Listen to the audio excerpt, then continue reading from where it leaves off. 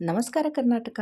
ಎಲ್ಲರಿಗೂ ಮೂಡಲ್ ಕನ್ನಡತಿ ಯೂಟ್ಯೂಬ್ ಚಾನಲ್ಗೆ ಆತ್ಮೀಯವಾದಂತಹ ಸ್ವಾಗತ. ಇವತ್ತಿನ ವಿಷಯ ಏನಪ್ಪ ಅಂತ ಅಂದರೆ 3 ತರಕಾರಿ ಬಳಸ್ಕೊಂಡು ಮೊಸರು ಸಾಂಬಾರ್, ಹಾಗೆಯೇ ಅದಕ್ಕೆ ಸಖತ್ ಕಾಂಬಿನೇಷನ್ ಆಗಿ ಬಿಸಿ ರಾಗಿ ಮುದ್ದೆ. ಇದನ್ನು ಹೇಗೆ ಮಾಡೋದು ಅನ್ನೋದನ್ನು ನಾನಿವತ್ತು ಈ ವಿಡಿಯೋದಲ್ಲಿ ನಿಮಗೆ ತಿಳಿಸ್ಕೊಡ್ತೀನಿ.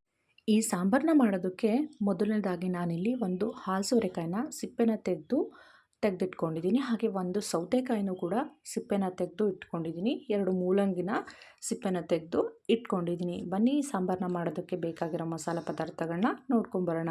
ಚಿಕ್ಕದಾಗಿ ಕಟ್ ಮಾಡಿ ಇಟ್ಕೊಂಡಿರುವಂತಹ ಈರುಳ್ಳಿ, ಕೊತ್ತಂಬರಿ ಸೊಪ್ಪು, ಒಂದು 15ರಿಂದ 20 ಹಸಿಮೆಣಸಿನಕಾಯಿ, ಮೆಂತ್ಯ 1 ಸ್ಪೂನಷ್ಟು ಬೇಕಾಗುತ್ತೆ, ರುಚಿಗೆ ತಕ್ಕಷ್ಟು ಉಪ್ಪು, 1 ಈರುಳ್ಳಿನ ಸಿಪ್ಪೆನ ತೆಗೆದು ಇಟ್ಕೊಂಡಿದ್ದೀನಿ. ಹಾಗೆ ಒಂದು 5-6 ಬೆಳ್ಳುಳ್ಳಿನ ಇಟ್ಕೊಂಡಿದ್ದೀನಿ. ಬನ್ನಿ ಈ ಸಾಂಬಾರನ್ನ ಹೇಗೆ ಮಾಡೋದು ಅಂತ ನೋಡೋಣ. ಮೊದಲನೇದಾಗಿ ನಾನಿಲ್ಲಿ ಹಾಲ್ಸೋರೆಕಾಯಿನ ಏನು ಸಿಪ್ಪೆನ ತೆಗೆದಿಟ್ಕೊಂಡಿದ್ದೆ ಅದನ್ನು ಕಟ್ ಮಾಡಿ ಒಳಗಡೆ ಇರುವಂತಹ ಎಲ್ಲ ತಿರುಳನ್ನು ಕೂಡ ಚೆನ್ನಾಗಿ ತೆಗೆದು ಚಿಕ್ಕದಾಗಿ ಕಟ್ ಮಾಡಿ ಅದಕ್ಕೆ ಸ್ವಲ್ಪ ಉಪ್ಪು ಹಾಕಿ ಬೇಯೋದಕ್ಕೆ ಇಟ್ಕೊಳ್ಳೋಣ. ನಾವು ಮಸಾಲೆನ ರೆಡಿ ಮಾಡ್ಕೊಳ್ಳೋ ಅಷ್ಟೊತ್ತಿಗೆ ಈ ಹಾಲ್ಸೋರೆಕಾಯಿ ಚೆನ್ನಾಗಿ ಬೆಂದಿರುತ್ತೆ.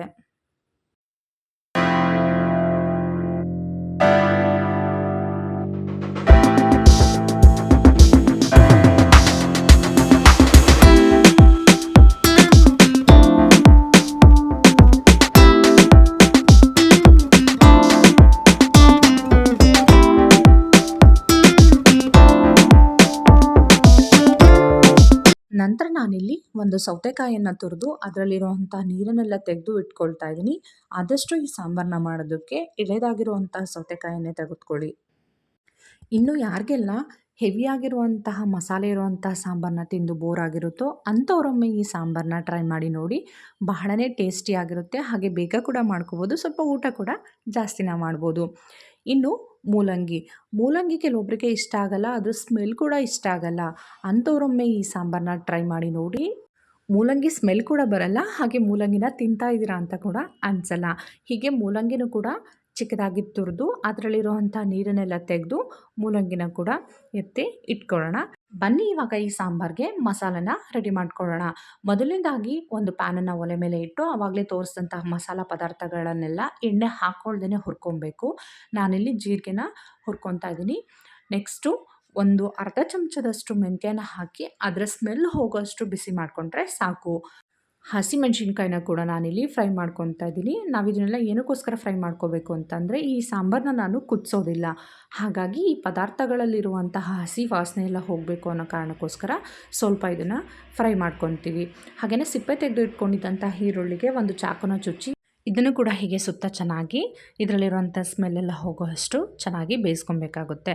ಇದೆಲ್ಲದೂ ಕೂಡ ಕಂಪ್ಲೀಟಾಗಿ ತಣ್ಣಗಾದ ಮೇಲೆ ಒಂದು ಮಿಕ್ಸರ್ ಜಾರ್ನ ತೊಗೊಂಡು ಬೆಳ್ಳುಳ್ಳಿ, ಕೊತ್ತಂಬರಿ ಸೊಪ್ಪು, ಆಗಲೇ ಹುರಿದಿಟ್ಕೊಂಡಿದ್ದಂತಹ ಈರುಳ್ಳಿ, ಹಸಿಮೆಣಸಿನ್ಕಾಯಿ, ಜೀರಿಗೆ, ಮೆಂತ್ಯ ಎಲ್ಲದನ್ನು ಕೂಡ ಈ ಮಿಕ್ಸರ್ ಜಾರ್ಗೆ ಸೇರಿಸಿ ಅಗತ್ಯಕ್ಕೆ ತಕ್ಕಷ್ಟು ನೀರನ್ನು ಹಾಕಿ ಇದನ್ನು ನಾವು ರುಬ್ಕೊಳ್ಳೋಣ. ಅತಿಯಾಗಿ ನುಣ್ಣಗೇನು ರುಬ್ಕೊಳ್ಳೋದು ಬೇಡ, ಈ ಕನ್ಸಿಸ್ಟೆನ್ಸಿಯಲ್ಲಿ ಇದ್ದರೆ ಸಾಕು.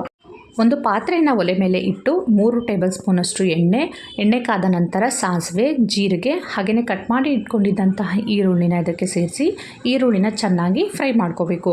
ಈರುಳ್ಳಿನ ಚೆನ್ನಾಗಿ ಫ್ರೈ ಮಾಡ್ಕೊಂಡಿದ್ದ ಆದಮೇಲೆ ಆಗಲೇ ತುರಿದಿಟ್ಕೊಂಡಿದ್ದಂತಹ ಮೂಲಂಗಿನ ಕೂಡ ಇದಕ್ಕೆ ಸೇರಿಸಿ 5 ನಿಮಿಷಗಳ ಕಾಲ ಈ ಮೂಲಂಗಿನ ಈ ಎಣ್ಣೆನಲ್ಲೇ ಫ್ರೈ ಮಾಡ್ಕೊತೀನಿ. ಯಾಕೆ ಅಂತಂದರೆ ಈ ಮೂಲಂಗಿಯಲ್ಲಿರುವಂತಹ ಹಸಿ ವಾಸನೆ ಎಲ್ಲ ಹೋದ್ರೇ ಸಾಂಬಾರು ಚೆನ್ನಾಗಿರುತ್ತೆ. ಹಾಗಾಗಿ ಹಸಿ ವಾಸನೆ ಹೋಗೋವರೆಗೂ ಈ ಮೂಲಂಗಿನ ಚೆನ್ನಾಗಿ ಹೀಗೆ ಫ್ರೈ ಮಾಡ್ಕೊಬೇಕು. ಆದ ನಂತರ ಆವಾಗಲೇ ಮಾಡಿಟ್ಕೊಂಡಿದ್ದಂಥ ಖಾರನ ಇದಕ್ಕೆ ಸೇರಿಸ್ಕೊತಾ ಇದ್ದೀನಿ. ನಿಮ್ಮ ಅಗತ್ಯಕ್ಕೆ ತಕ್ಕಂತೆ ಖಾರನ ಹಾಕ್ಕೊಳ್ಳಿ. ಇದು ಫ್ರಿಜ್ಜಲ್ಲಿ ಇಟ್ಕೊಂಡ್ರೆ 1 ವಾರ ಅಥವಾ 15 ದಿನ ಆರಾಮಾಗಿ ಇಟ್ಕೊಬೋದು. ಯಾವಾಗ ಬೇಕಾದ್ರೂ ಸಾಂಬಾರನ್ನ ಮಾಡ್ಕೋಬೋದು. ಖಾರನ ಇದಕ್ಕೆ ಸೇರಿಸ್ಕೊಂಡಿದ್ದಾದಮೇಲೆ ಇದನ್ನು ಕೂಡ ಚೆನ್ನಾಗಿ ಹುರ್ಕೊಬೇಕು. ಅರಿಶಿನ ಪುಡಿ ಮತ್ತು ರುಚಿಗೆ ತಕ್ಕಷ್ಟು ಉಪ್ಪನ್ನು ಸೇರಿಸ್ಕೊಂಡು ಮತ್ತೆ ಒಂದು 2 ನಿಮಿಷಗಳ ಕಾಲ ಇದನ್ನು ಫ್ರೈ ಮಾಡಿಕೊಂಡು ಗ್ಯಾಸ್ನ ಆಫ್ ಮಾಡಿ ಇದು ಕಂಪ್ಲೀಟಾಗಿ ಕೂಲ್ ಆಗೋದಕ್ಕೆ ಬಿಟ್ಟು ಕಂಪ್ಲೀಟಾಗಿ ಕೂಲ್ ಆದಮೇಲೆ ಇದಕ್ಕೆ ಮೊಸರನ್ನ ನಾವು ಸೇರಿಸ್ಕೋಬೇಕು. ನೆಕ್ಸ್ಟು ಸೌತೆಕಾಯಿ ಮೆಣಸಾಳೆ ಹಾಗೆ ಹಾಲ್ಸೋರೆಕಾಯಿ ಮೆಣಸಾಳೆಗೂ ಕೂಡ ಇವಾಗ ನಾನು ಏನು ಮೂಲಂಗಿ ಮೆಣಸಾಳೆನ ಮಾಡಿದೆ ಅದೇ ಸೇಮ್ ಪ್ರೊಸೀಜರ್ನ ಫಾಲೋ ಮಾಡಿಕೊಂಡು ನಾವು ಮಾಡ್ಕೊಬೇಕಾಗುತ್ತೆ.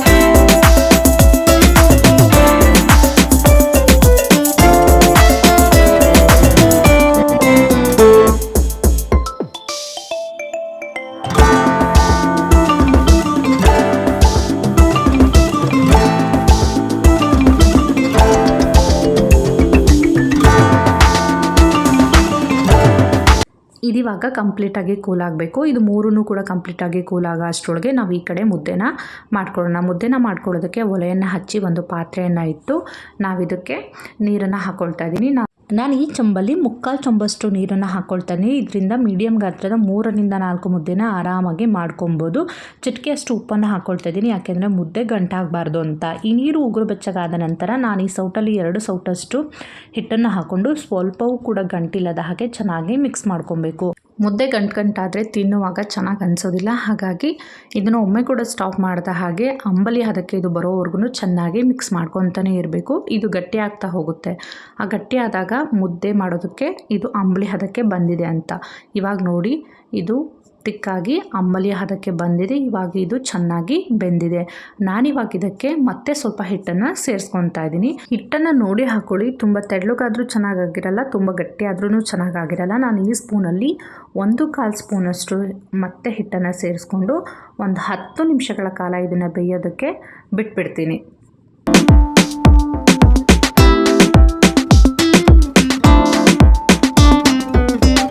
10 ನಿಮಿಷ ಮುದ್ದೆ ಬೆಂದಾದ ಮೇಲೆ ಈ ಥರ ಮುದ್ದೆ ತಿರುಗುವಂಥ ಕೋಲನ್ನು ತೊಗೊಂಡು ಚೆನ್ನಾಗಿ ಹಿಟ್ಟನ್ನು ಮಿಕ್ಸ್ ಮಾಡ್ಕೊಬೇಕು. ಎಲ್ಲೂ ಕೂಡ ಹಸಿಯಾಗಿ ಹಿಟ್ಟು ಸಪ್ರೇಟಾಗಿ ಉಳ್ಕೊಳ್ದೇ ಇರೋ ರೀತಿ ಆ ಅಂಬಲಿ ಜೊತೆ ಚೆನ್ನಾಗಿ ಮಿಕ್ಸ್ ಆಗೋ ಹಾಗೆ ನಾದ್ಕೊಂಡು ಚೆನ್ನಾಗಿ ಮುದ್ದೆ ತಿರುಗುವಂಥ ಕೋಲಿನಲ್ಲಿ ತಿರ್ಕೊಬೇಕಾಗುತ್ತೆ. ಮುದ್ದೆ ಮಾಡೋದ್ರಲ್ಲಿ ಬಹಳ ಮುಖ್ಯ ಆಗಿರೋದು ಈ ಮುದ್ದೆನ ನಾವು ಈ ಕೋಲಲ್ಲಿ ಎಷ್ಟು ಚೆನ್ನಾಗಿ ನಾದ್ಕೊಂಡು ತಿರ್ಕೊತೀವಿ ಅನ್ನೋದೇ ಇಂಪಾರ್ಟೆಂಟ್ ಆಗಿರುತ್ತೆ. ಈ ಕೈಯಲ್ಲಿ ನಿಮಗೆ ಗ್ರಿಪ್ ಸಿಕ್ಕಿಲ್ಲ ಅಂತಂದರೆ ಈ ಥರ ಕೆಳಗಡೆ ಇಟ್ಕೊಂಡು ಕಾಲಲ್ಲಿ ಗ್ರಿಪ್ನ ತೊಗೊಂಡು ಚೆನ್ನಾಗಿ ಆ ಕೋಲಲ್ಲಿ ನಾದ್ಕೊಂಡು ಚೆನ್ನಾಗಿ ತಿರ್ಕೊಳ್ಳಿ.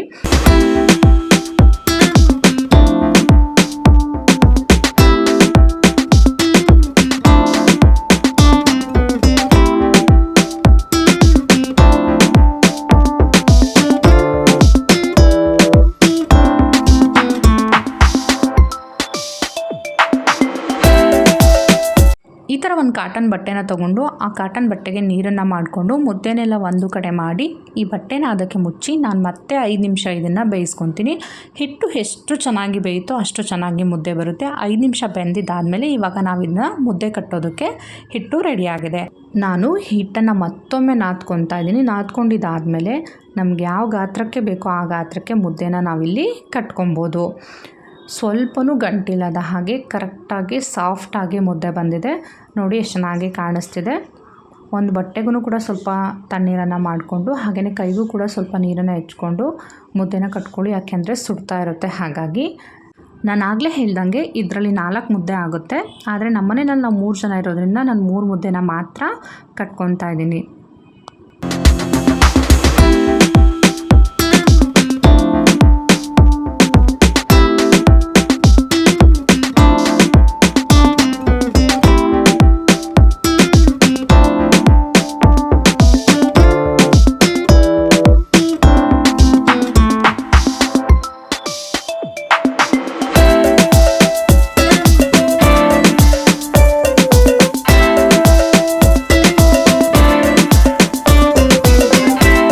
ಇವಾಗ ಬಿಸಿ ಬಿಸಿಯಾಗಿರುವಂತಹ ಮುದ್ದೆ ಕೂಡ ರೆಡಿಯಾಗಿದೆ. ಹಾಗೆ ಇನ್ನೊಂದು ಕಡೆ ಸಾಂಬಾರನ್ನ ಕೂಡ ತಣ್ಣಗಾಗೋದಕ್ಕೆ ಅಂತ ಬಿಟ್ಟಿದ್ದೆ.